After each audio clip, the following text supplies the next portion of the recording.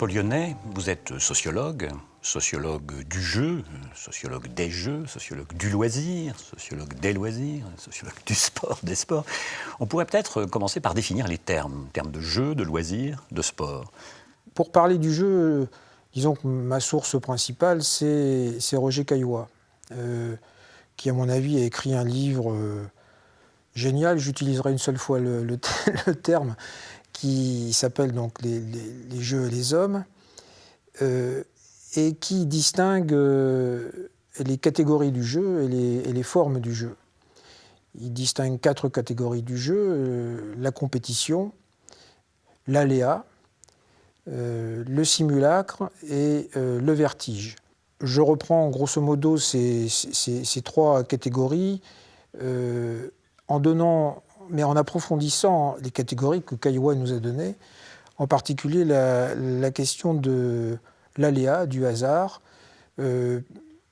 puisque Roger Caillois se range à l'avis, disons, un peu conformiste de l'époque sur les paris sportifs, qu'il considère comme des jeux de hasard, et ceux qui ne sont pas. Il faut distinguer, lorsqu'on parle de la catégorie du hasard, le hasard mathématique, qui suppose réunir un certain nombre de conditions, en particulier toujours les mêmes compétiteurs, imaginons des dés par exemple, ou un tirage de loto, toujours les mêmes épreuves, ce qui fait qu'à chaque épreuve, chaque numéro a la même chance de sortir que son voisin, et ce qui fait que le pronostic est impossible et qu'il n'y a pas d'histoire des compétitions. Il faut distinguer donc cet aléa qui est l'aléa mathématique d'un autre aléa qui est tout différent et qui est l'aléa de performance, qui est lié à la compétition même, à l'enchaînement des hasards de la compétition.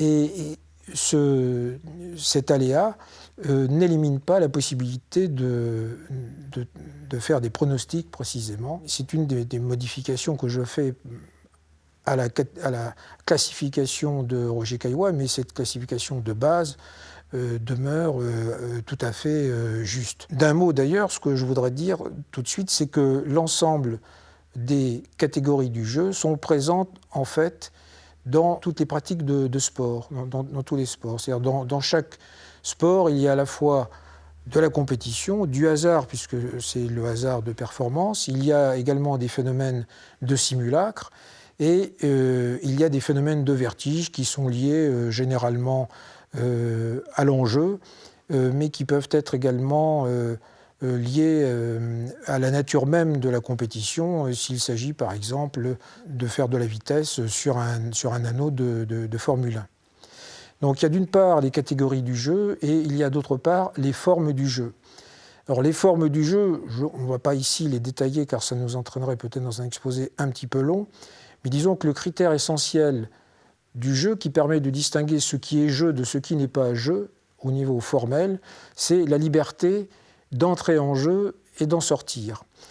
C'est ce fait que le jeu instaure une sorte de réalité seconde par rapport à la réalité du monde sérieux. C'est très important cette distinction naturellement entre les catégories du jeu et les formes du jeu, car les catégories du jeu sont présentes dans tous les domaines de la vie sociale et en particulier dans le domaine de la vie sérieuse. Par exemple, dans la politique, dans l'économie, les catégories du jeu sont présentes, il y a de la compétition, il y a du hasard, il y a naturellement du simulacre, il y a du vertige. Imaginons par exemple le jeu en bourse simplement, qui n'est pas donc un jeu, mais où sont présentes les catégories du jeu. Donc les catégories du jeu innervent en permanence l'activité humaine, mais elles ne sont prises dans les formes du jeu, là où il y a vraiment du jeu à proprement parler, que dans le loisir.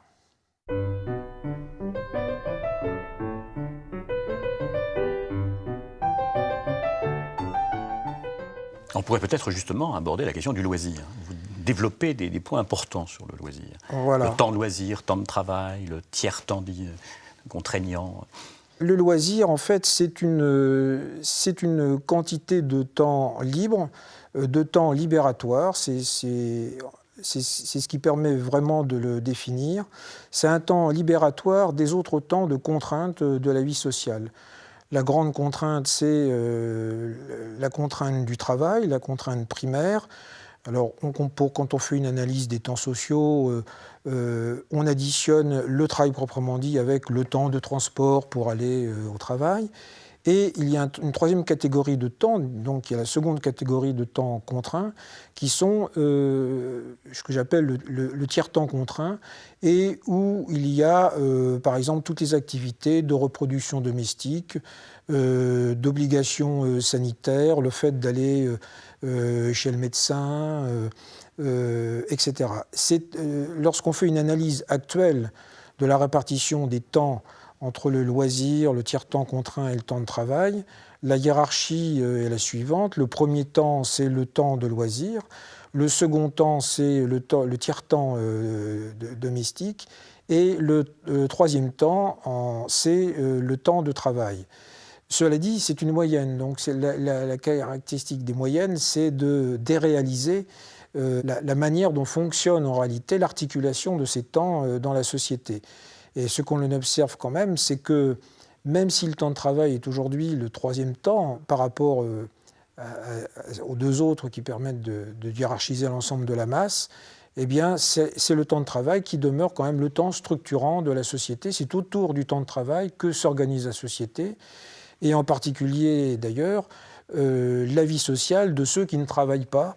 C'est par exemple le temps de travail qui détermine les horaires du sport-spectacle, puisque c'est le moment où les gens qui ne travaillent pas peuvent se réunir avec les gens qui travaillent pour former visiblement une société. La grande erreur que l'on commet ordinairement, à mon sens, lorsque l'on parle du loisir, c'est de penser que c'est le contenu d'une activité qui définit le fait qu'elle est de loisir ou pas. Or, ce n'est pas du tout ça. Ce qui définit le classement d'une activité, d'un contenu d'activité dans le loisir ou dans un autre temps, c'est la forme qu'il prend. C'est la forme libératoire qui définit le caractère de loisir. On peut dire d'ailleurs d'une certaine manière que, par exemple, un match de football de haut niveau est un loisir pour les spectateurs, mais c'est un travail pour les sportifs professionnels et l'ensemble des professions qui gravitent autour de l'organisation de ce spectacle. Un autre point qu'il faut sans doute signaler, c'est que notre aptitude à avoir des loisirs n'est pas inépuisable. Et j'ai forgé d'ailleurs un concept en imitation raisonnée du concept de force de travail, c'est le concept de force de loisir. On sait que la force de travail présente cette caractéristique d'être épuisable et qu'il faut la reproduire, la reconstituer. C'est l'analyse de Marx, la célèbre. Voilà, c'est l'analyse de Marx. Et elle se reconstitue, donc la force de travail se reconstitue dans le loisir. Eh bien, inversement, on peut dire que le loisir, c'est une série de tâches qui sont fortes, qui demandent de l'énergie, ce n'est pas du tout le domaine de l'oisiveté. Le loisir nécessite également une force de loisir. Cette force de loisir présente la même caractéristique que la force de travail, c'est-à-dire qu'elle s'épuise et qu'elle ne peut se reconstituer que dans son contraire. Et son contraire, c'est le travail. Autrement dit, c'est dans le travail que se reconstitue notre capacité à avoir une force de loisir, de même que c'est dans le loisir que se reconstitue notre force de travail. Ceci est très important puisqu'en fait c'est sans doute un phénomène qui est un phénomène historique qui est au long cours, qui correspond à une demande sociale qui s'est fait jour au XIXe siècle avec la disparition du temps rural qui était un temps un peu poreux où le loisir, l'obligation sociale et le travail étaient souvent plus ou moins mélangés. Donc on a eu une séparation des temps. Et le problème se pose, par exemple, pour les retraités. Les retraités sont face à la disparition de la contrainte primaire du travail. Et pour retrouver des loisirs, en fait, il faut qu'ils s'organisent leur temps avec une série d'obligations, d'occupations qui sont vécues comme des obligations, durant lesquelles, en fait, ils vont accumuler une force de loisir. Et on pourrait dire également la même chose.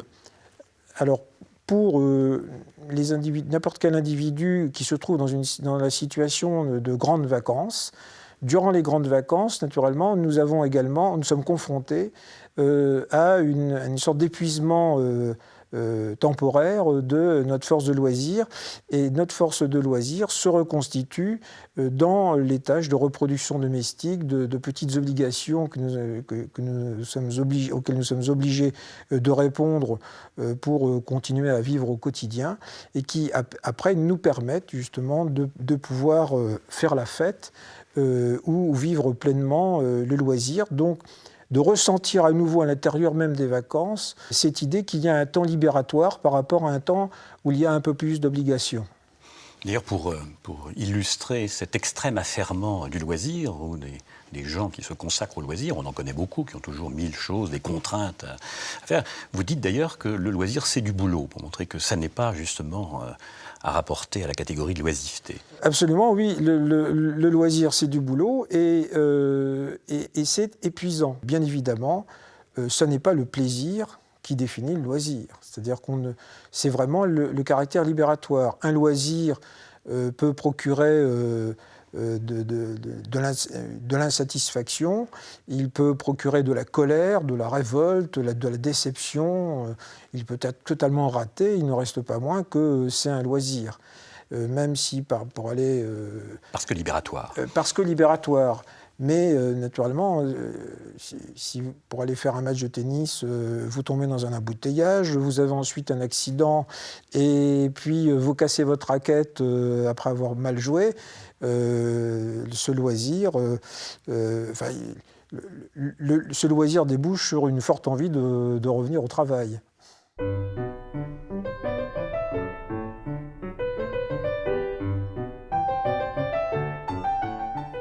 Après le jeu, après le loisir, il reste donc le sport. Si tout loisir n'est pas sportif, le sport est un loisir. Mais peut-être que tous les sports ne sont plus des loisirs. Il y a peut-être la distinction entre le sport loisir et le sport spectacle. Là, nous entrons dans le cœur même du sujet. Je pense que l'ensemble des sports est divisé en deux systèmes qui ne sont apparus en fait qu'assez récemment, mais le monde du sport, comme l'univers, est en expansion. Le premier système des sports, c'est un système où on rentre en compétition contre les autres. Avec les autres, mais contre les autres. On se mesure aux autres. Qui sont des quasi-égaux. Alors, oui, c'est ça. C'est-à-dire que pour que ce système ait un sens, pour que le système fonctionne, c'est que le résultat doit être réversible d'une partie à l'autre. Si le résultat n'est pas réversible d'une partie à l'autre, c'est que le système est mal organisé, qu'il y a quelque chose qui a été raté dans le système. Je vais prendre un tout petit exemple. Lors de la dernière Coupe du Monde de rugby, dans les premiers tours, on a des matchs qui se terminent par 80-10. Alors ça n'a strictement aucun intérêt et ça n'est pas du sport. C'est un défaut d'organisation. Alors, il s'agit de présenter un petit peu, mais c'est une erreur d'organiser de tels matchs. Ça pourrait avoir un sens si, lors de la revanche, l'équipe qui a marqué 10 points pouvait avoir une chance de gagner. Mais ils peuvent se rencontrer 20 fois, ça se terminera toujours de la même manière, par 80 ou 90 à 10. Donc c'est une erreur d'organisation. Le premier système est un système qui est fondé sur la rencontre des quasi-égaux. Avec l'incertitude, avec un principe d'incertitude. Donc, Ouais. ce qui fait que le cœur même du premier système, c'est l'incertitude. C'est pour ça que l'incertitude du sport, c'est l'incertitude du premier système des sports. Alors, je suppose qu'on reviendra sur les caractéristiques de ce premier système, mais tout de suite, on peut indiquer que le second système des sports, c'est un système où on ne rencontre pas les autres pour se mesurer à eux, mais on se mesure d'abord à soi-même. On est sa propre unité de mesure, et lorsque l'on rencontre les autres, c'est non pas pour essayer d'être meilleur qu'eux, mais au contraire, pour s'afficher comme l'un parmi d'autres, dans une très large distribution de compétences et d'aptitudes.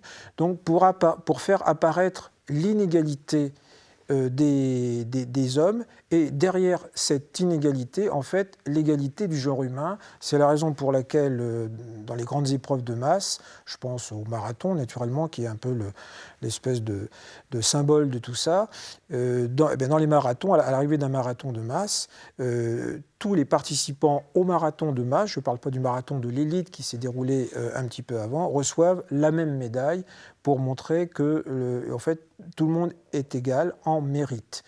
Donc, c'est-à-dire que les deux systèmes mettent en valeur la notion d'égalité, mais en font un usage absolument différent. Donc il y a bien une distinction entre les deux systèmes. Dans ce second système où il y a une rivalité de soi avec soi, l'égalité, elle est là. C'est que tous les hommes sont égaux dans cette rivalité de soi avec soi. Mais dans une compétition de marathon, se mêlent à la fois des gens du premier système et des gens du deuxième système. Il y a bien des égaux qui vont être des rivaux avec une compétition classique. Alors, ce qui se passe justement, l'intelligence de l'organisation du marathon, mais enfin, qui s'est faite de façon spontanée, naturelle, c'est que les deux systèmes sont présents dans les grands marathons, où il y a d'une part, le premier système est représenté par la course de l'élite. Ce sont des gens que l'on paye pour venir courir et qui sont on peut dire des quasi-égaux, c'est-à-dire qu'ils vont essayer de se départager dans une rivalité en luttant les uns contre les autres. Et puis il y a le second système est représenté naturellement par les dizaines de milliers de participants qui, eux, ne vont pas courir contre les autres, mais avant tout, je dirais, par rapport à eux-mêmes, pour essayer de se situer dans cette vaste distribution de compétences inégales. Ce qui compte, c'est que dans la course, les deux systèmes ne soient pas mélangés. C'est-à-dire qu'on ne fasse pas partir ensemble ceux qui sont payés pour courir et ceux qui payent pour venir courir, qui sont les marathoniens de masse. Lorsque, dans une épreuve, il y a un défaut de conception, c'est-à-dire qu'on mélange vraiment sans les séparer les deux systèmes, eh bien, on aboutit à des catastrophes. Et c'est ce qui s'est passé assez longtemps dans le Paris-Dakar. Le Paris-Dakar, au départ, était plutôt une épreuve du second système, où on venait avant tout pour participer. Et puis sont arrivées quelques grandes écuries avec des moyens considérables, qui elle se livrait une course, je dirais presque à mort dans tous les sens du terme, parce qu'il en dépendait des conséquences financières. Et les deux courses n'ont pas été séparées. Et ce qui fait qu'on a abouti à une extrémisation de la course avec un cortège de décès, de scandales, etc., qui en même temps a fait la propriété même du Paris-Dakar, qui était essentiellement une course transgressive. Et transgressive à tout point de vue, mais y compris même de l'ordre du sport. Dans cette rivalité entre des quasi-égaux, avec cette incertitude dont on parle, si l'incertitude disparaît dans ce premier système, ne fait-on pas surgir à ce moment-là une autre logique qui est celle du record, par exemple ? Naturellement, le sport-spectacle est guetté par un danger qui est celui de la perte d'incertitude, la fuite d'incertitude, la domination d'un compétiteur ou d'une équipe sur les autres. Et aussi également d'un compétiteur aidé par une équipe. Enfin, on voit ça par exemple dans le cyclisme. lorsqu'il y a une trop grande domination, le sport-spectacle, à la limite, ne peut plus être possible. Il y a d'ailleurs des sports qui ont beaucoup pâti de cette situation, comme le cyclisme au temps d'Eddy Merckx. Il y a des sports qui en pâtissent de façon régulière, comme le tennis, avec des périodes de grande domination, ou également l'athlétisme. C'est d'ailleurs sans doute l'une des explications de la régression de l'athlétisme dans la hiérarchie des sports mondiaux. Lorsque il y a une trop grande domination, eh bien, l'incertitude se déplace. Et pour déplacer l'incertitude, eh bien, on crée la notion de record. On déclare que le compétiteur doit rentrer dans l'histoire, comme on dit, c'est-à-dire en fait disparaître aussitôt dans l'histoire, soit en battant des records si on est dans un sport où il y a des temps, soit en accumulant les victoires. Ou en accumulant des caractéristiques à l'intérieur même de ces victoires. Donc, par exemple, dans un tour, on dira il en a gagné 5, mais c'est la première fois que dans un tour, on a le maillot jaune du début à l'arrivée, ou qu'on a le maillot jaune du début à l'arrivée, que l'on a gagné en plus 5, 6 ou 7 étapes, dont 3 étapes de montagne, etc. Donc, on essaye de suppléer à la domination qui menace d'extinction l'incertitude du sport en sélectionnant des objectifs de substitution, mais qui ne sont pas ce sont quand même des objectifs transitionnels qui permettent au spectacle de respirer un peu en attendant qu'une véritable rivalité entre les hommes puisse se reconstituer. Vous utilisez un vocabulaire qui vient des sciences naturelles. Vous faites la distinction entre l'hypertélie et l'eutélie, entre d'un côté l'accroissement anormal d'un organe, par exemple chez les mammifères, et de l'autre côté, au contraire, un organe qui se développe de manière strictement utile et adaptée. Alors, il y aurait des sportifs hypertéliques. Voilà, il y a effectivement, c'est un prolongement de la réflexion précédente. Il y a des sportifs qui constituent des palmarès absolument inutiles. Et la preuve que ce palmarès est inutile, c'est la postérité qui la donne, en fait. Et le cas typique, naturellement, en cyclisme, c'est Eddy Merckx, qui n'était pas surnommé pour rien le cannibale, et qui a constitué un palmarès absolument impressionnant, mais qui prouvait simplement qu'il n'avait pas de rivaux.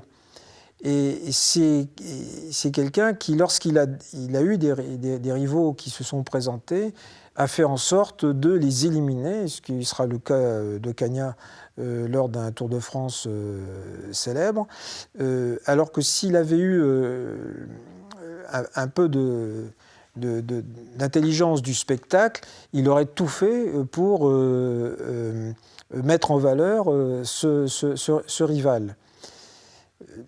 Il y a des palmarès qui sont donc hypertéliques, c'est-à-dire qui deviennent nuisibles par leur extension, à la fois à la personne même qu'il constitue et également au sport dans lequel il évolue. Alors qu'il y a des palmarès qui, au contraire, sont miraculeusement équilibrés et qui pourraient être bien plus impressionnants et qui laissent des traces dans la postérité. On observe que les légendes, par exemple sportives, sont pas des légendes de déséquilibre. Et pour moi, le grand palmarès eutélique, c'est le palmarès de Faustocopie dans le cyclisme. Mais Bernard Hinault est également dans ce même ordre d'équilibre. Cyril Guimard, qui l'a entraîné, rendait fou Eddy Merckx, puisqu'il disait que, il dit toujours d'ailleurs que Bernard Hinault aurait pu remporter 8 Tours de France et qu'il était beaucoup plus doué que Merckx en fait. il a su constituer un palmarès, y compris il a remporté Paris-Roubaix, qui était une course qu'il détestait, il considérait que c'était du tirage au sort.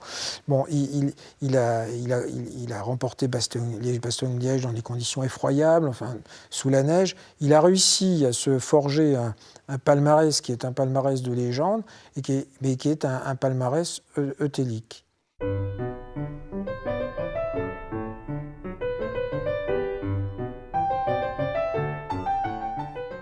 La notion de rivalité entre quasi-égaux, qui caractérise le premier système, avec l'incertitude, etc., elle s'accompagne aussi de l'idée de tension. Et c'est le fait qu'il y ait de la tension, même un culte de la tension, c'est particulièrement vrai dans le sport-spectacle, ne nous autorise pas à utiliser l'image, par exemple, de la guerre, qui est une métaphore qui, pour vous, n'est pas opérante, n'est pas satisfaisante. Oui, alors enfin, il y a deux choses. Il y a des mauvais sports-spectacles et il y a des bons sports-spectacles. Alors le bon sport-spectacle, c'est celui qui ne va livrer son verdict que tout à la fin. Autrement dit, c'est lorsque on va vraiment avoir affaire à des quasi-égaux et donc à une incertitude maximale, égaux représentant donc des collectivités. Et la corde de l'incertitude va permettre de tendre, je dirais, la corde de l'identification. Lorsque l'on observe ce type de sport-spectacle réussi, on doit dire et c'est quelque chose d'ailleurs que nous pouvons éprouver nous-mêmes subjectivement lorsque nous regardons ces spectacles, que le sport est là essentiellement un culte de la tension compétitive. La question de savoir si ceci a un rapport avec la guerre est une autre question. Je ne crois pas que le sport ait pour fonction de purger les passions, qu'il ait pour fonction de remplacer la guerre, qu'il ait pour fonction de capter les pulsions de l'humanité à en découdre. Et ceci depuis, je dirais, l'origine, depuis les Jeux Olympiques, lorsque les athlètes ont eu pour première fonction de symboliser l'affrontement des cités. Cette symbolisation a été parallèle avec la montée de la guerre moderne chez les Grecs. Et de même, on peut remarquer que l'expansion du sport du sport-spectacle, j'entends du sport-spectacle, dans nos sociétés est parallèle avec la montée des grands massacres, des grandes guerres qui ont eu lieu essentiellement au XXe siècle. C'est-à-dire qu'on ne peut pas soutenir que le sport-spectacle est pour un mécanisme cathartique, alors qu'au XXe siècle, on a enregistré à peu près la moitié des morts violentes enregistrées durant toute l'histoire humaine. Ça n'est pas possible. Donc, en fait, devant quoi on est plutôt devant une sorte d'addiction, je dirais, et de mise en réserve de la violence, de mise en réserve des pulsions violentes, de discipline de la violence. Précisons peut-être ces termes, cette distinction entre le cathartique et l'addictique. Alors, si le sport-spectacle, avec ses caractéristiques comme le supporterisme, etc., avait pour objet de calmer les pulsions, Comme Aristote le dit dans le théâtre, les passions qui se purifient par le spectacle théâtral. Voilà, de les apaiser en leur donnant une sorte de dérivation par le moyen du sport. D'une part, on n'aurait pas affaire à ces phénomènes d'augmentation de la violence, en particulier autour des stades, et d'autre part, on n'en aurait pas besoin. Je dirais non seulement une fois par semaine, mais pratiquement maintenant plusieurs jours par semaine. Ça, c'est plus la catharsis, ça arrive une fois de temps en temps. Là, on n'est plus devant un phénomène de catharsis, on est plutôt devant un phénomène de tolérance au sens addictif du terme, c'est-à-dire qu'on a besoin, en réalité, pour supporter la vie, pour se supporter soi, et puis il y a d'autres raisons, en fait, on a besoin, à plusieurs reprises, par mois, par semaine, enfin c'est variable selon les individus, de ce spectacle qui souvent va vous laisser à la fin, non pas dans un état d'apaisement, c'est ça qui est important, mais parfois dans un état de joie parce que votre équipe favorite a gagné, mais le plus souvent, je dirais, dans un état de révolte, de colère, alors, qui peut être de colère vis-à-vis de l'arbitre, vis-à-vis des joueurs, vis-à-vis des entraîneurs, vis-à-vis de ce sport qu'on a vu, de colère vis-à-vis de l'injustice, enfin le sentiment d'injustice qu'on a éprouvé. Donc on n'est pas du tout devant un phénomène d'apaisement, on est plutôt dans un phénomène de bouillotement permanent, de sentiments qui ne sont pas du tout des sentiments pacifiques. Comment expliquer cela ? Eh bien, ces équipes, ces supporters représentent une communauté de base à laquelle ils se sentent appartenir, qui pourrait avoir un destin et qui, tout à coup, devient visible par le fait même du sport. Et c'est, si vous voulez, c'est la manifestation sportive elle-même qui rend l'existence de cette société, de ces ensembles, visible. Et aujourd'hui, je dirais qu'il n'y a plus que le sport qui a cette aptitude à rendre visible la société, en tout cas de façon aussi phénoménale, enfin aussi bouleversante. Ce n'est plus le travail, ce n'est plus la religion, ce n'est plus l'armée, ce n'est plus la nation en guerre, enfin, et donc, ou ça peut l'être, mais de façon très catégorielle, épisodique, etc. Donc c'est au travers du sport que se manifeste le fait que vous appartenez, qu'un individu appartient à une communauté. Et cette communauté peut être une communauté locale, loco-régionale, pour utiliser encore un terme médical peut-être, mais c'est surtout, et c'est sans doute la base même de l'identification, base autour de laquelle s'opèrent toutes les autres identifications, c'est autour de la nation. La nation se rend visible aujourd'hui dans les manifestations sportives. Et il suffit de regarder ce qui se passe soit lors des Jeux Olympiques, mais peut-être plus encore, en tout cas dans l'ensemble des pays où ce sport est le premier sport, à l'occasion de la Coupe du Monde de football ou des coupes continentales, des championnats continentaux de football. On voit très bien que là, l'identité, tout d'un coup, devient visible. Le fait même qu'existe une société devient visible. Et je crois donc que la dépendance, qui est un excès, en quelque sorte, de cette manifestation de l'identité, s'ancre véritablement dans ce phénomène qui est un phénomène politique sans politique, et qui, si vous voulez, en quelque sorte, donne l'occasion d'une manifestation peut-être à caractère religieux sans religion, parce que nous sommes devant la manifestation d'une transcendance qui est la transcendance de la collectivité, transcendance qui réapparaît au cours d'une manifestation où l'invisible devient visible, ce qui est la définition même du sacré. Et c'est pourquoi je crois que le sport est si important aujourd'hui, parce que il nous aide à résoudre l'un des problèmes fondamentaux des sociétés désenchantées, à savoir comment recréer directement du sacré à partir du profane.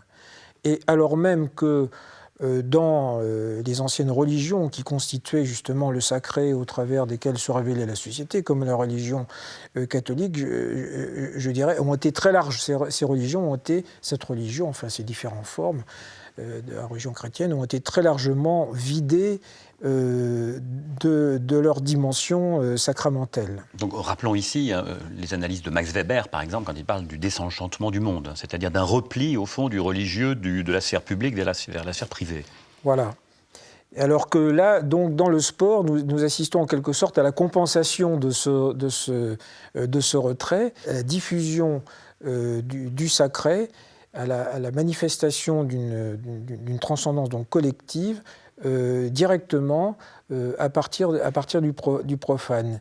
C'est la différence essentielle entre le sport moderne et le sport antique, puisque les Jeux olympiques, qui étaient la plus grande manifestation de l'Antiquité, étaient une manifestation religieuse, où donc on produisait du sacré, le sacré à l'intérieur même de la religion, puisque c'était donc une manifestation religieuse. Et lorsque le sport vraiment réapparaît au travers des Jeux olympiques, mais également de l'ensemble des manifestations que nous avons décrites et évoquées tout à l'heure, là, nous avons le sacré qui est produit à partir directement du profane. C'est ce qui m'a permis de comprendre pourquoi le sport était si important. Et il m'a permis aussi de comprendre que le sacré n'allait pas disparaître de nos sociétés parce que les religions à proprement parler étaient confinées, mais qu'il allait se diffuser à partir de la vie profane. Et peut-être sommes-nous en face je pense qu'on est en face d'une nouvelle ère, et c'est la fin d'une ancienne ère où la religion avait capturé le sacré. Alors ça, d'ailleurs, ça a été quand même assez largement décrit par un certain nombre d'ethnographes, d'ethnologues. Roger Caillois en parlait d'ailleurs.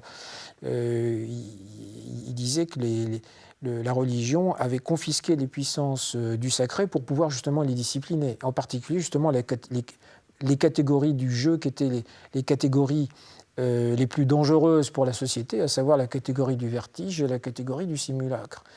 Et bien maintenant, ces catégories-là sont présentes dans le sport, et le sacré est en train de réapparaître directement à partir du profane.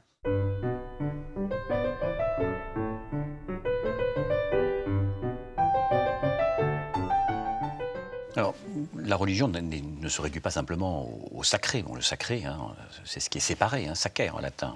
Il y a aussi ce qui est de l'ordre du mythe, les grands mythes, les grands récits, et puis peut-être aussi la possibilité même de la pratique, presque une sorte de liturgie. Alors, est-ce qu'on retrouve la même chose dans le sport ? Je ne pense pas qu'on est en face de mythes à proprement parler dans le sport. On est en face peut-être de mythologie, on est en face de récits. Pour l'instant, il n'y a rien de comparable avec les mythes religieux. En revanche, on est en face de liturgie, bien évidemment. Mais bon, on est en phase de liturgie, on est en phase de rites. Mais enfin, des rites, il y en a partout. Des rites, il y en a dans la société, il y en a toujours eu en dehors de la religion. Mais on est en phase de liturgie, oui, en fait. Et c'est le caractère d'ailleurs liturgique, par exemple, du match de football, qui fait que le football est si peu réformable. Il est aussi peu réformable qu'une religion. Le sport, la religion sportive, par exemple la religion du football aujourd'hui est évidemment aussi forte, aussi puissante que l'ont été quelques très grandes religions autrefois. Enfin, on est devant des phénomènes d'une contrainte vraiment extraordinaire et qui qui prennent une importance inouïe et qu'on n'avait jamais, enfin, dont on n'avait pas imaginé qu'elles puissent un jour les revêtir. Presque, il y a aussi la dimension quasi sacrificielle. Hein. Oui, il y a cet aspect-là. Alors, en même temps, je dirais, pour revenir sur votre question sur le mythe, je dirais que l'ascension de l'Annapurna, par exemple, par Maurice Herzog, Lachenal, l'expédition en 1950, avec surtout la descente, on est vraiment devant un récit mythique qui nous apprend des choses, qui nous tient un discours sur la mort, et on voit assez bien en quoi on est en face d'un processus de reconstruction de la mort, justement, avec la disparition de la mort comme connaissance révélée, les nouvelles... on est devant l'exploration d'une dimension qui est au-delà de la vie, et c'est ce que nous raconte un peu ce mythe. On est en face vraiment d'un mythe. On est en face d'un mythe qui n'est pas une mythologie au sens de Barthes. Par exemple, pour parler de la France, quand on évoque Édith Piaf, Marcel Cerdan.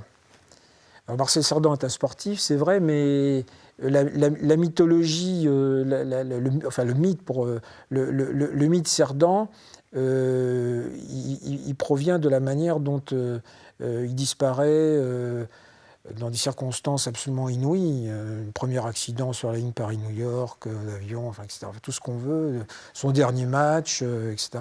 Ça nous raconte tout autre chose. Ça nous raconte une histoire d'amour impossible. Ça nous raconte les années 50, ça nous raconte aussi la misère humaine. Là, on a des mythes. Est-ce que dans le sport, en tout cas en Europe, on ne peut pas dire qu'on a des mythes. On a des belles histoires, on a des histoires d'intégration, on a des histoires, des choses réussies, des choses moins réussies, mais on n'est pas devant des mythes. Alors, peut-être est-on devant un mythe avec, je dirais, Maradona. Il nous dit d'abord qu'il est aux prises avec la condition humaine, toutes ses petitesses, etc. Il nous dit aussi que le foot, ce n'est pas le spectacle de la justice, qu'il est illicite de marquer un but de la main pour éliminer l'Angleterre. Enfin, il nous dit toute une série de choses qui sont au-delà du récit et au-delà de la simple raison.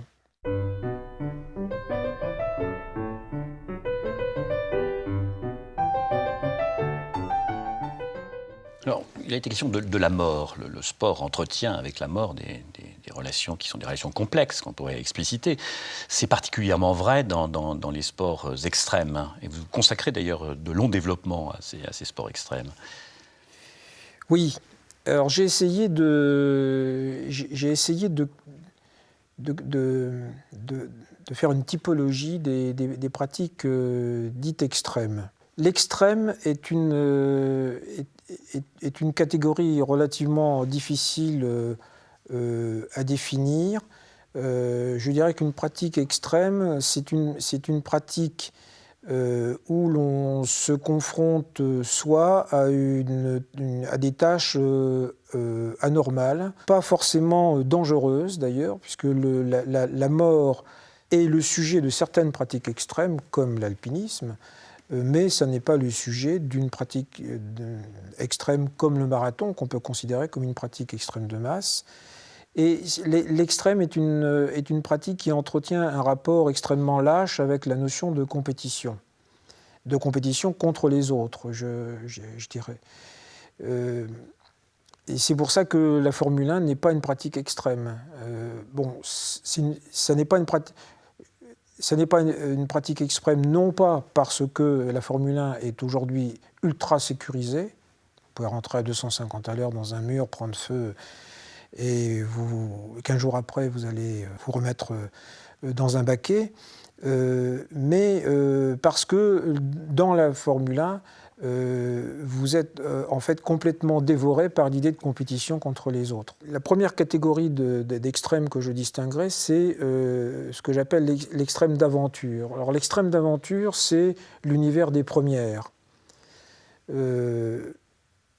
Par exemple, aller le premier à l'Everest, aller traverser tel océan, et avec des objectifs de substitution. C'est-à-dire, une fois que on a traversé tel océan en équipage, on essaye de le traverser seul, et puis après on essaye de le traverser à la rame, et puis on essaye de le traverser en surf, à ski comme Rémi Brica, à la nage, tout ce qu'on veut. Donc avec des objectifs de substitution. Mais c'est quand même l'univers des premières. Alors cet univers des premières, bien que ce soit, j'utilise le terme d'aventure, on est quand même dans l'ensemble assez loin, et c'est ce qui distingue l'extrême de l'aventure, on est assez loin de l'ancienne aventure. C'est-à-dire l'ancienne aventure, ça n'était pas le moyen de s'explorer soi en se confrontant à des éléments. L'ancienne aventure, c'était aller découvrir les autres sociétés, les autres individus. Et dans des pratiques dites que je dirais d'extrême d'aventure, comme les premières expéditions à l'Everest, il y avait encore ce mélange d'extrêmes, c'est-à-dire où on essayait de s'explorer soi, et également on allait vers les autres.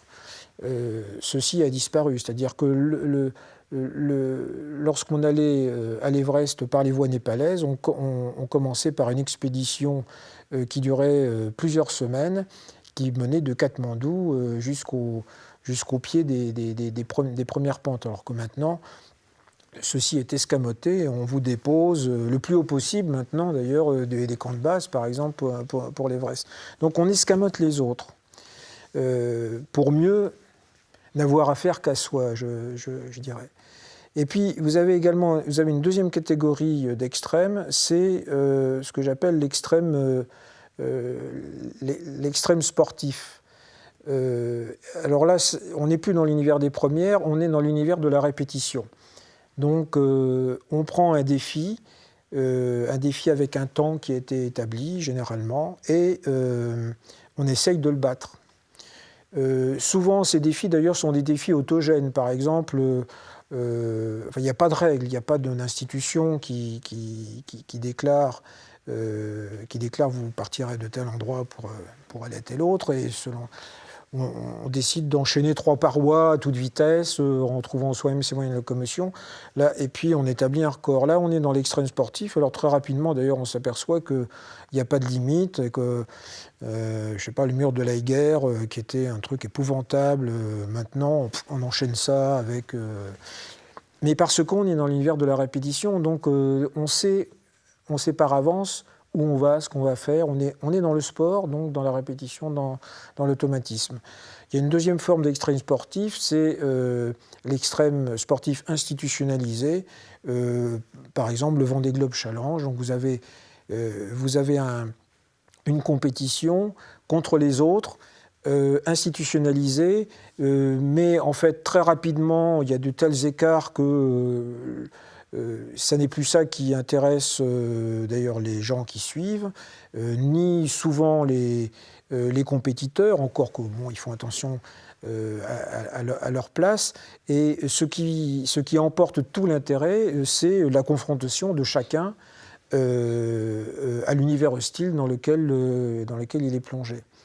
Et puis il y a une troisième catégorie d'extrême, et bien c'est justement l'extrême de masse, qui consiste vraiment à, n'ayant que des compétences limitées, enfin qui sont les siennes, à s'explorer dans des tâches qu'autrefois on n'aurait jamais imaginé pouvoir atteindre.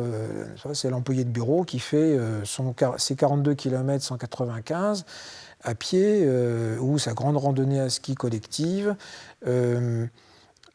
alors qu'autrefois, le marathon, c'était par excellence la course au roder la mort. D'ailleurs, le mythe, la légende du marathon, sans doute fausse d'ailleurs, sans doute inventée, c'était ce messager qui vient annoncer la victoire au prix de sa propre vie. Vous dites d'ailleurs sur le marathon que c'est un apprentissage de la survie. Et vous reliez même ça d'ailleurs à une sorte de sentiment écologique montant, la renaissance du marathon. Je dirais que ma méthode d'investigation est fondée sur la participation observante.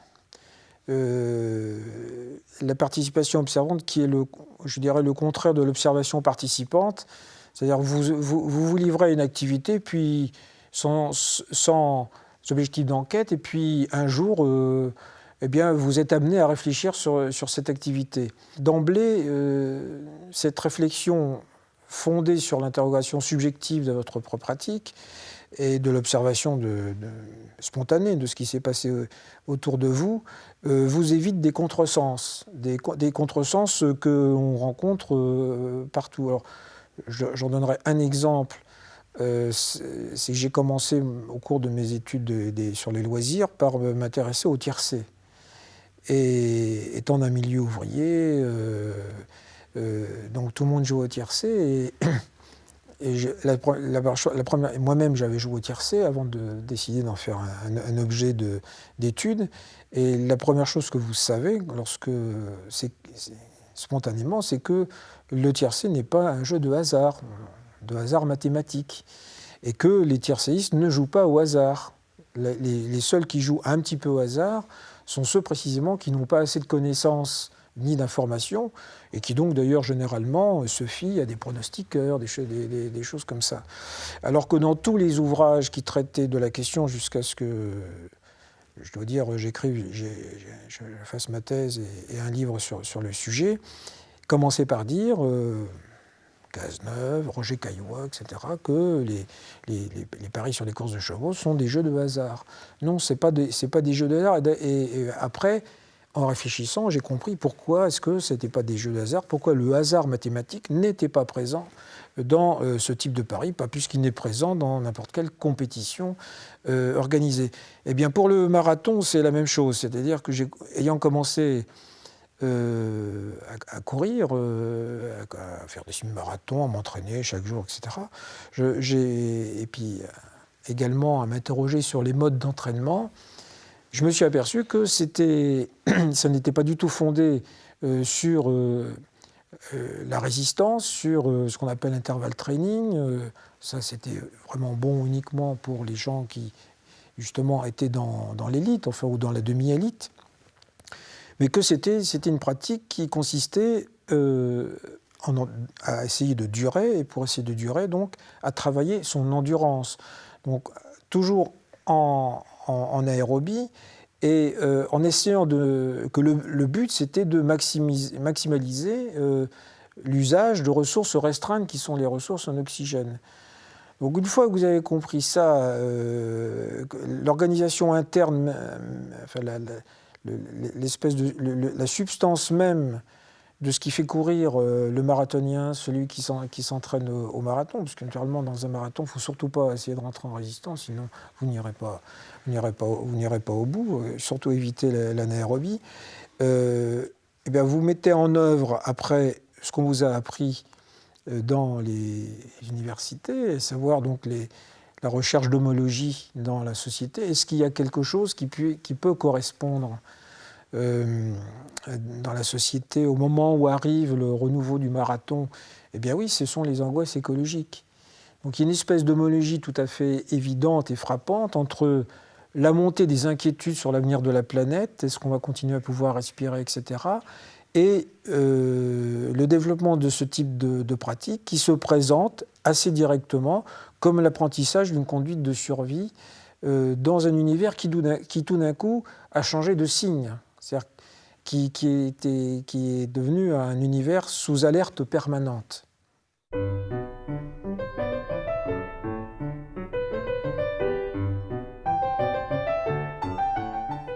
Alors, puisqu'on parle des sports de l'extrême, ça ne vaut pas que pour les sports de l'extrême. C'est la question du dopage.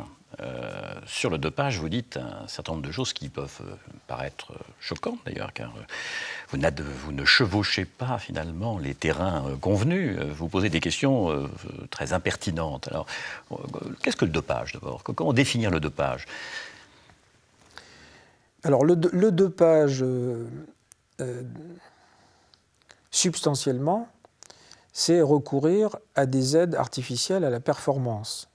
Légalement, c'est recourir parmi les aides artificielles à la performance à celles qui sont interdites. Et celles qui sont interdites sont très limitées par rapport à l'ensemble des aides artificielles à la performance qui sont utilisées non seulement par les athlètes, mais par, je dirais, chacun de nous. En un sens, tous les athlètes donc sont dopés, puisque tous les athlètes, amateurs, professionnels, font appel à des aides artificielles à la performance. Avec le savoir emmagasiné, permettent de construire des plans de préparation biologique de la performance. Ça, c'est véritablement une aide artificielle à la performance. Et une aide d'ailleurs que très peu de gens remettent en cause. Alors moi, mon problème, ce n'est pas de la remettre en cause, c'est de dire que le dopage au sens légal du terme n'est qu'un avatar de la préparation biomédicale de la performance, la médecine de la performance, qui est une médecine absolument différente de l'ancienne médecine qui était une médecine destinée à restaurer la santé en cas d'atteinte. Là, on est devant une médecine qui est une médecine d'optimisation des ressources. Donc on est évidemment dans l'artifice. Alors ça, c'est la première chose que je dis. La seconde chose que j'ai dit, c'est que la démarche naturelle pour l'homme, j'ai bien l'homme au sens générique du terme, c'est de se doper. C'est-à-dire, c'est de s'améliorer, et de s'améliorer au moyen des connaissances qui ont été mises, et qui ont des connaissances, des savoirs, des expériences, de tout ce qui a été accumulé par l'expérience humaine. Je dirais même que la condition humaine, c'est ça.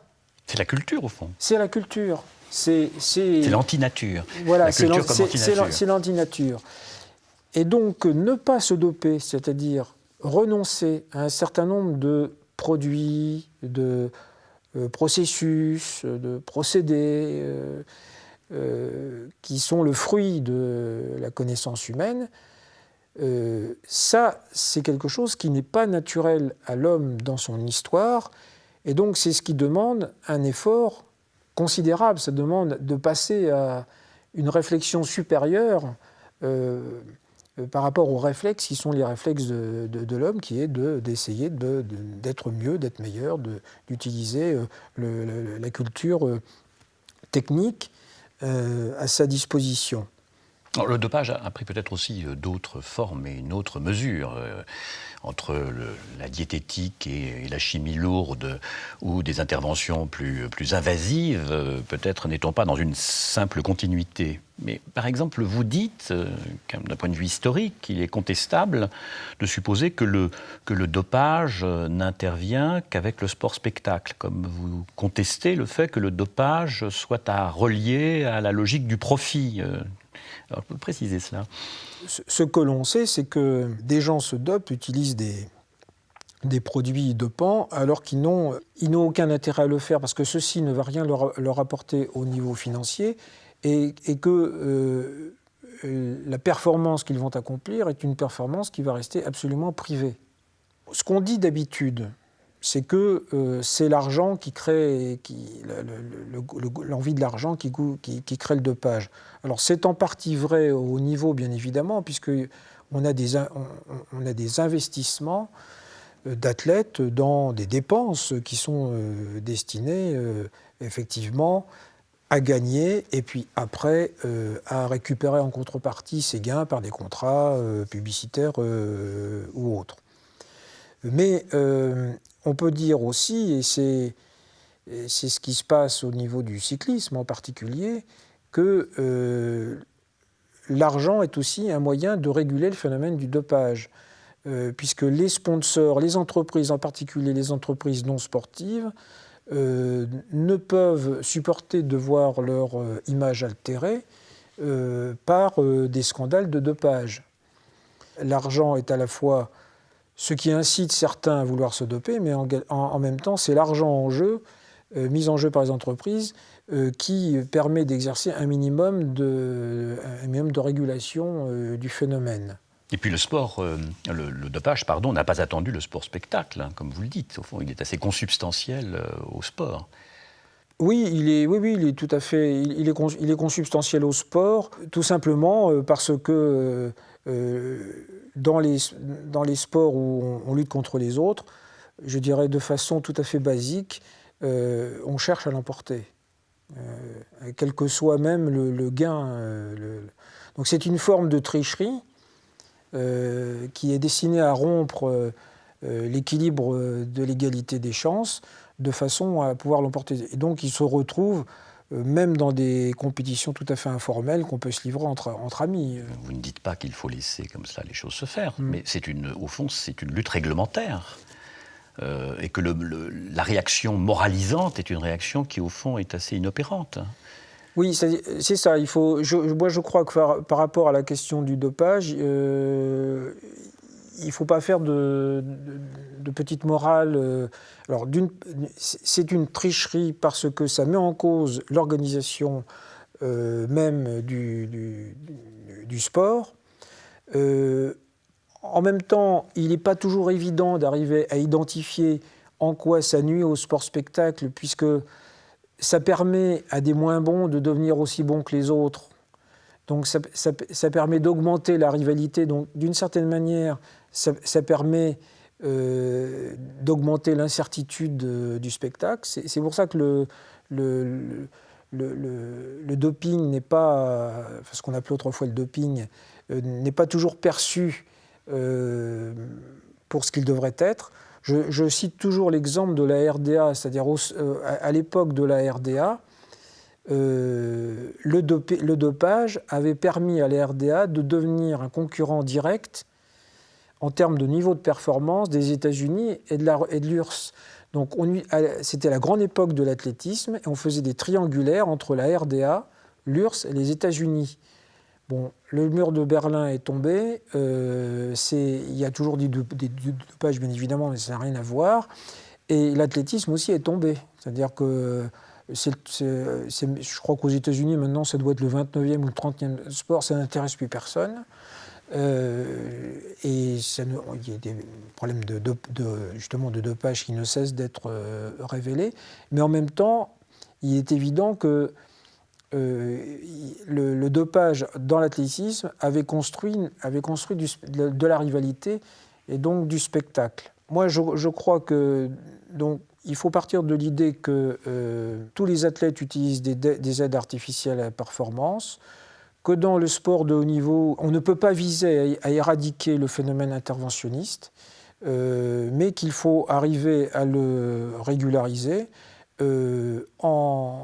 pour éviter les ruptures d'égalité, pour maintenir la santé des athlètes, sachant que le sport de haut niveau n'a jamais eu pour but de garantir une meilleure santé, et que si on veut vraiment se préoccuper de la santé des athlètes, il faut commencer par interdire le sport de haut niveau. Voilà, donc il faut essayer de régulariser ce phénomène. Et je dirais que ça ne sert à rien d'avoir des listes énormes de produits si on n'est pas capable de contrôler l'effectivité des interdits. Donc le dopage renvoie, d'une certaine manière, la question du dopage renvoie le sport à ses contradictions. C'est donc peut-être en se confrontant à ces contradictions qu'on peut essayer non pas de sortir du dopage, hein, mais à l'intégrer, d'une certaine manière, dans la dynamique sportive, mais de façon maîtrisée, domestiquée.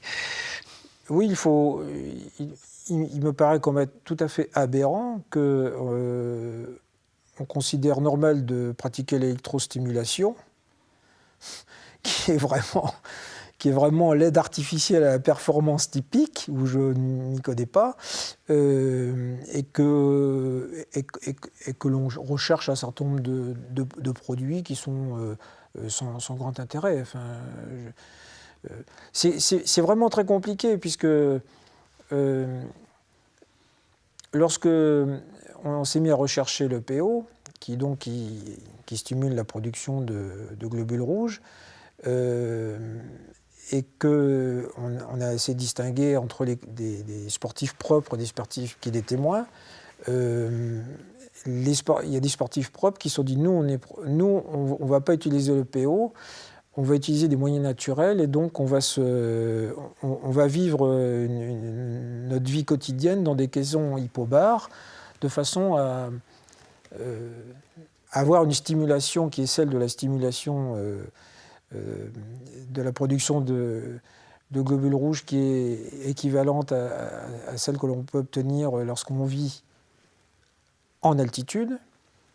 Or, naturellement, c'est une aide artificielle à la performance tout à fait évidente. Enfin, c'est une intention dopante qui ne... Donc, c'est très difficile d'arriver à distinguer... on vit dans, comme je le disais tout à l'heure, l'humanisation est faite d'aide artificielle à la vie et comme à la performance.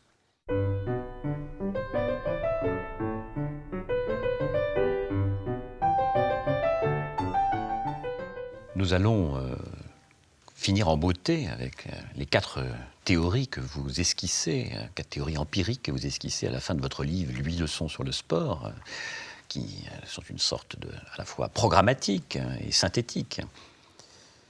Voilà, c'est-à-dire que j'ai voulu à la fin essayer de montrer que le moindre propos que l'on pouvait tenir sur le sport, en fait, supposait des constructions théoriques qui témoignaient de la complexité du phénomène. Donc, pour arriver à parler du sport comme nous en avons parlé, il faut d'abord avoir une théorie du loisir, ce qu'est le loisir, ce qu'il n'est pas, et comment il s'articule dans la période contemporaine au travail, qui est articulation qui permet d'ailleurs de comprendre l'importance qu'a pris le sport dans nos sociétés. Il faut en second lieu avoir une théorie de la pratique sportive, et c'est la distinction que j'ai opérée entre les 2 systèmes des sports, le système du sport où l'on rentre en compétition contre les autres et le système des sports où on est à soi-même sa propre mesure. Il faut avoir également, 3e théorie, une théorie du jeu, alors, une théorie à la fois de la distinction des catégories et des formes du jeu et également donc, une analyse des différentes facettes substantielles du jeu, les catégories du jeu. Et il faut également avoir une conception même de l'évolution de la religion dans nos sociétés. Ce sont les 4, de façon à arriver à identifier le phénomène du sacré dans le sport, à laquelle je me confronte très directement parce que je crois qu'elle est centrale et que c'est celle qui donne véritablement du sens à la notion d'identification, la société qui se rend visible dans la liturgie sportive. Question qui souvent fait peur aux gens qui parlent du sport, et question souvent que certains philosophes ou sociologues, ou enfin des jeunes, évitent, car elle leur fait un peu peur par ses implications. Vous risquez même d'ailleurs à la fin une 5e théorie. Vous dites qu'on peut envisager une 5e théorie concernant ce phénomène à la fois centripète, le fait que le sport rassemble, et puis centrifuge, il provoque l'éclatement, cette sorte de logique contradictoire. Voilà, c'est en fait la dialectique même de la modernité, c'est la dialectique de la similitude et de l'écart.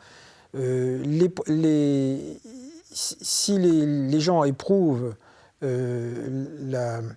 l'envie, le goût, la passion de se distinguer au travers d'un spectacle où ne s'opposent que des quasi-égaux, c'est précisément parce qu'ils ont fait l'effort nécessaire au départ de se réunir sur des pas identiques et donc de se ressembler en tant qu'individus supportants.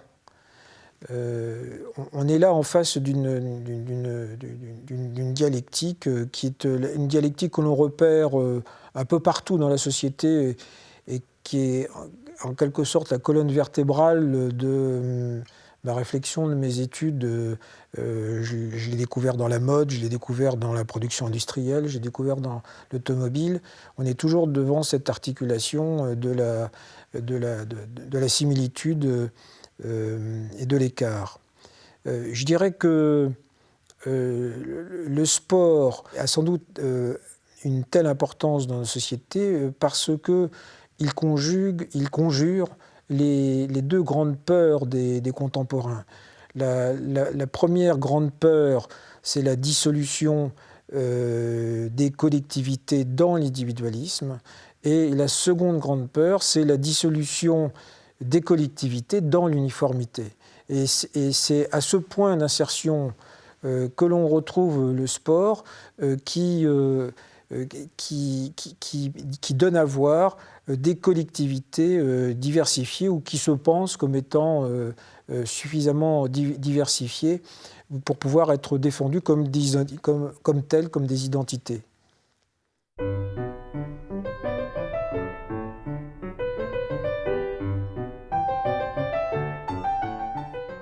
Alors vous dites, par ailleurs, ce qui peut surprendre, en tout cas, il y a tout un vocabulaire qui sert cette image, vous dites que l'artiste et le sport ne se rencontrent pas. D'une certaine manière, le sportif n'est pas un artiste et que le sport n'est pas un art. Que voulez-vous dire par là ? Le sport n'est pas un art pour deux raisons majeures. Alors, la première raison, c'est que dans l'art, on ne juge jamais de la qualité par la quantité. Or, dans le sport, on juge de la qualité par la quantité. Moi, j'étais un formidable artiste avec un ballon quand j'étais... Mais je ne faisais pas le poids, je ne faisais pas le score, je n'avais pas les qualités qui permettaient d'être... Il y a des artistes, il y en a partout, mais avec un ballon. Mais ce qui fait le grand sportif, ça n'est pas ça, ça n'est pas d'arriver à faire des feintes, c'est d'arriver, il faut rentrer dans l'ère de la mesure. C'est la quantité qui détermine. Et la seconde raison, c'est que l'art n'est pas organisé autour du principe d'incertitude, il n'est pas organisé autour du principe de suspense. Dans l'art, il n'y a pas de suspense. Dans l'art, il n'y a pas d'incertitude. L'art, c'est un temps accompli que l'on peut revisiter. Et c'est ça une œuvre d'art. Tandis que le sport, c'est un temps qui va s'accomplir et qui n'a en fait pas beaucoup d'intérêt à être revisité après. Alors, on dirait, oui, mais on revoit des matchs, des buts, des choses comme ça. Oui, mais c'est reconstruit, on reconstruit des choses. C'est l'œuvre peut-être qui fait la différence. Comment ? Il y a une œuvre d'art, il n'y aurait peut-être pas d'œuvre sportive à ce moment-là. Oui, enfin, on pourrait dire que il y a maintenant, avec les moyens de reproduction, il y a des œuvres. Ou alors on est dans l'art performance, l'art éphémère, qui n'est pas de l'art. Je dirais que c'est un petit peu la différence entre le théâtre et le cirque. Le théâtre, c'est un art. Le cirque n'est pas un art. Au cirque, la question c'est de savoir si le trapéziste va tomber, si le jongleur va réussir son numéro ou non. On est dans le tremblement. Et on n'est pas dans l'apaisement pour essayer de voir ce qu'il y a derrière, ce qui est le propre de l'art. Alors, bien évidemment, on peut aller au théâtre comme on va au sport, c'est-à-dire, subjectivement, on peut toujours transformer le théâtre en cirque, si j'ose dire, et on peut voir le cirque comme un art, c'est-à-dire qu'on peut aller au cirque en faisant abstraction du suspense éventuel, en se disant que de toute façon il y a des filets, etc., que peu importe, et goûter tout ce qu'il y a autour du cirque, la nostalgie, la beauté, l'imaginaire nomade que cela transporte. Donc subjectivement, on peut toujours transformer les choses, mais le sport n'est pas un art pour ces deux raisons. Cela dit, ça ne veut pas dire que ce qui se passe sur les terrains, dans les enceintes, etc., n'est pas fait sans art. Mais c'est aussi la même différence qu'il y a entre l'art littéraire et le roman policier. J'utilise à partir du moment où un spectacle ou une œuvre est bâtie autour du principe d'incertitude, de suspense, à partir du moment où il est vraiment organisateur, on n'est plus dans l'art. Alors ça ne veut pas dire pour autant qu'il n'y a pas de l'art un peu partout, répandu, etc. Mais ça n'est plus le principe d'organisation. L'artiste est un créateur, le sportif peut créer aussi à sa manière un geste, il peut y avoir la beauté d'un geste, et ce geste singulier. Donc de ce point de vue-là, la métaphore artistique n'est pas complètement inutile. Voilà, alors, c'est ce que je disais, ça n'est pas fait, on peut dire que ça n'est pas fait sans art. Donc c'est effectivement plus complexe. Il y a aussi un autre élément qui tente à me faire dire qu'on n'est pas dans l'art, c'est que ce qui caractérise le sport-spectacle, ce sont des phénomènes de foule. Alors, les phénomènes de foule ne sont pas des phénomènes de complexification. Ce sont des phénomènes de réduction qui ramènent en fait tous les individus à des états de conscience qui sont très simples. Ce qui n'est pas le cas de l'art. L'art, au contraire, ne vous rend pas identique à votre voisin et vous singularise, augmente la réflexion, vous donne à voir quelque chose approfondi, je dirais, ce qui n'est pas du tout le cas du spectacle sportif. Même si, après, on peut toujours refaire le match. Mais enfin, quand on refait le match, on ne fait jamais que refaire le match.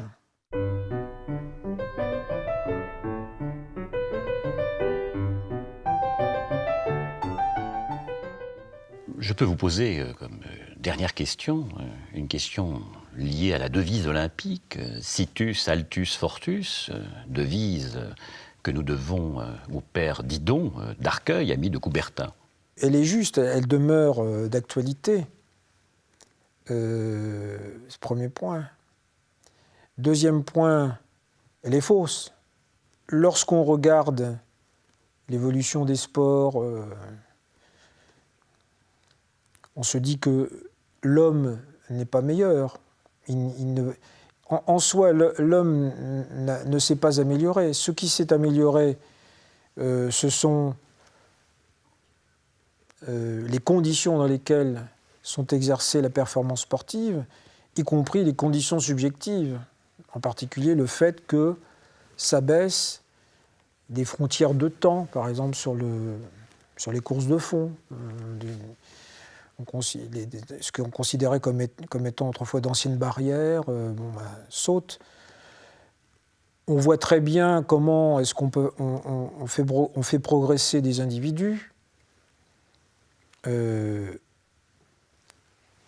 Par exemple, des coureurs de demi-fond ou de fond, eh bien, on leur fait fondre les muscles du haut parce que ça n'a pas d'intérêt. Donc, vous aboutissez à des athlètes en fait, dont on dirait qu'ils sortent des camps de concentration. Là, j'ai vu quelques photos effroyables encore récemment, soit de Bekele, soit des Kenyans qui avaient participé à un semi-marathon dans ma province normande.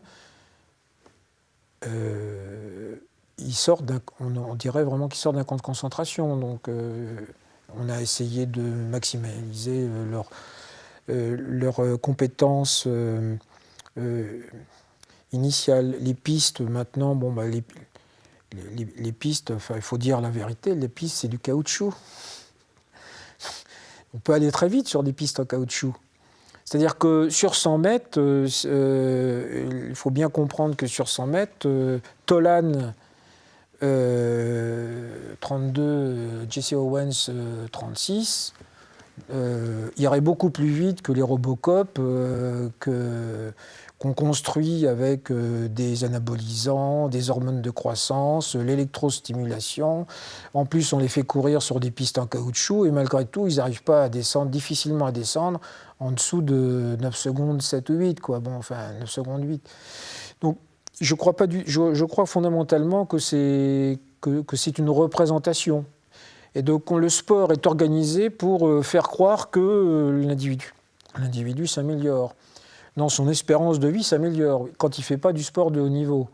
Mais en tant que tel, on ne peut pas dire que cette amélioration soit visée. Puis alors, la troisième soit atteinte, pardon. Et la troisième réflexion que ça provoquera en moi, c'est celle en fait qu'avait esquissé Coubertin.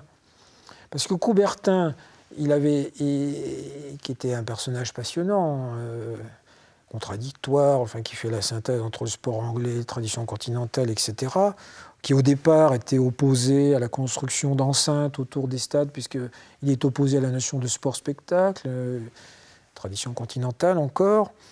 Il a quand même dit du dopage ce qu'il fallait en dire. Quand on a commencé à enregistrer les premières prémices, il a dit « le dopage, c'est l'excès d'entraînement ». Eh bien, on avait tout dit quand même. C'est-à-dire qu'effectivement, c'est l'excès d'entraînement qui provoque ce recours au dopage, puisque la performance dépend de l'ampleur de l'entraînement, donc des processus d'approfondissement de la fatigue et de surcompensation, qui peuvent être indéfiniment étendus grâce au recours au dopage.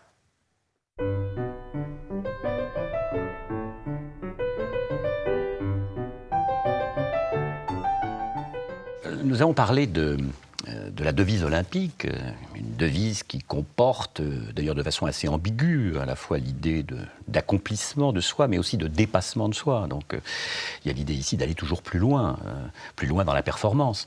Que pensez-vous des déclarations récentes d'une sorte de limite objective dans les performances, comme si nous allions atteindre à des dates données la limite objective, au-delà de laquelle on ne pourrait pas aller? C'est intéressant d'essayer d'élaborer des limites objectives. Dans l'état actuel, des données, c'est-à-dire à la fois des données physiologiques de l'individu, des données techniques de l'environnement du geste sportif, des données de l'espèce. Et c'est intéressant d'essayer d'identifier ces données pour nous permettre après de dire, vous voyez, elles sont dépassées. Alors, ça me fait un peu penser ça, vous savez qu'il y a quelques grands scientifiques à l'époque où le chemin de fer est apparu, avaient dit... Des grands scientifiques, les meilleurs, avaient dit que l'homme ne survivrait pas à une vitesse de 40 km/h, ni à un passage sous un tunnel. Bien sûr, dans un certain nombre de domaines, des records vont durer.